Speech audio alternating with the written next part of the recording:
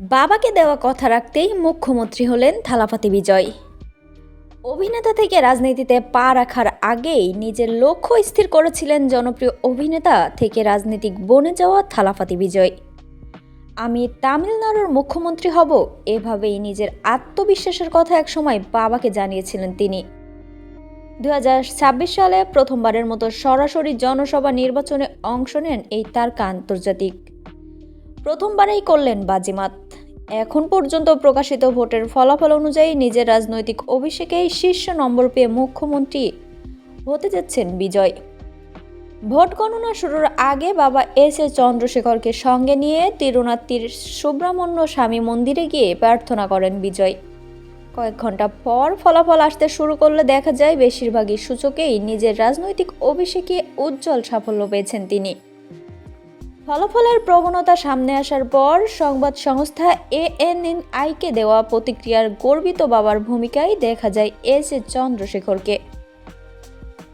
তিনি বলেন, সবার আগে একজন বাবা হিসেবে আমি ভীষণ গর্বিত, আনন্দিত। আমি আমার স্ত্রী দুজনই খুশি। গত 2 বছর ধরে তার আত্মবিশ্বাসের যে মাত্রা আমি দেখেছি সেটাই আজকে ফলাফলে প্রতিফলিত হয়েছে। তিনি আরও জানান, টিভিকে প্রধান বিজয় তাকে একসময় বলেছিলেন আমি তামিলনাড়ুর প্রধানমন্ত্রী হব।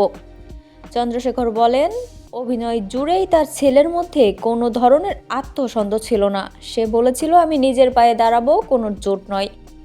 এটা তামিলনাড়ু এবং তামিল মানুষের জন্য ভালো বিষয়। আমি মনে করি এটি বিজয়ের জন্য একটি ঐতিহাসিক সাফল্য, ঐতিহাসিক জয় এবং তার জিত। বিজয়ের বাবা আরও বলেন, 30 বছর ধরে আমার ছেলের মনে ছিল সমাজের জন্য, তামিল মানুষের জন্য কিছু করার চিন্তা। ধীরে ধীরে সেই ভাবনা পরিপক্ক হয়েছে। আজ সে তামিলনাড়ুর মুখ্যমন্ত্রী হতে যাচ্ছে। রাজ্যের মানুষের সঙ্গে বিজয়ের সম্পর্ক প্রসঙ্গে তার বাবা বলেন, তামিল মানুষ শুধু তাকে নেতা হিসেবে নয়, পরিবারের একজন সদস্য হিসেবেও ভালোবাসে। প্রতিটি নারী তাকে নিজের ছেলে মনে করে, তরুণরা তাকে ভাই ভাবে। সবাই তাকে আন্না বলে ডাকে, যার অর্থ ভাই। বয়স্ক নারীরা তাকে নিজের সন্তান মনে করেন, এমনকি 60 বছর বয়সী নারীরাও তাকে নাতি হিসেবে দেখেন।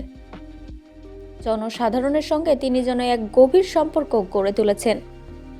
বর্তমান পরিস্থিতিতে বিজয়ের দল তামিল নাগা ভেত্রি কাজাকাম টিভিকে 234টি আসনের মধ্যে 109টি আসনে এগিয়েছিল। বাকি 74টি আসন নিয়ে দ্বিতীয় স্থানে রয়েছে কংগ্রেস ও ডিএমডিকের সঙ্গে জোটবদ্ধ ক্ষমতাসীন ডিএমকে। আর 52টি আসন নিয়ে তৃতীয় স্থানে রয়েছে AIADMK বা এডিএমকে নেতৃত্বাধীন জোট, যার শরিক মোদির দল বিজেপি। এদিকে এই মুহূর্তে উদযাপনে পিছিয়ে ছিল না পরিবারের অন্য সদস্যরাও। সামাজিক মাধ্যমে ছড়িয়ে পড়া একটি ভিডিওতে দেখা যায় আনন্দে উচ্ছ্বসিত পরিবারের সদস্যরা একে অপরকে জড়িয়ে ধরছেন, লাফাচ্ছেন, উল্লাস করছেন। কারো কারো চোখে আবার আনন্দের অশ্রু দেখা গেছে। বিজয়ের বাসভবনের বাইরে এ সময় সিনিয়র পুলিশ কর্মকর্তারাও উপস্থিত হন। নিরাপত্তাও জোরদার করা হয়। খুব শিগগির দলীয় কর্মী ও ভক্তরা শুভেচ্ছা জানাতে সেখানে ভিড় করবেন বলেও ধারণা করা হচ্ছে।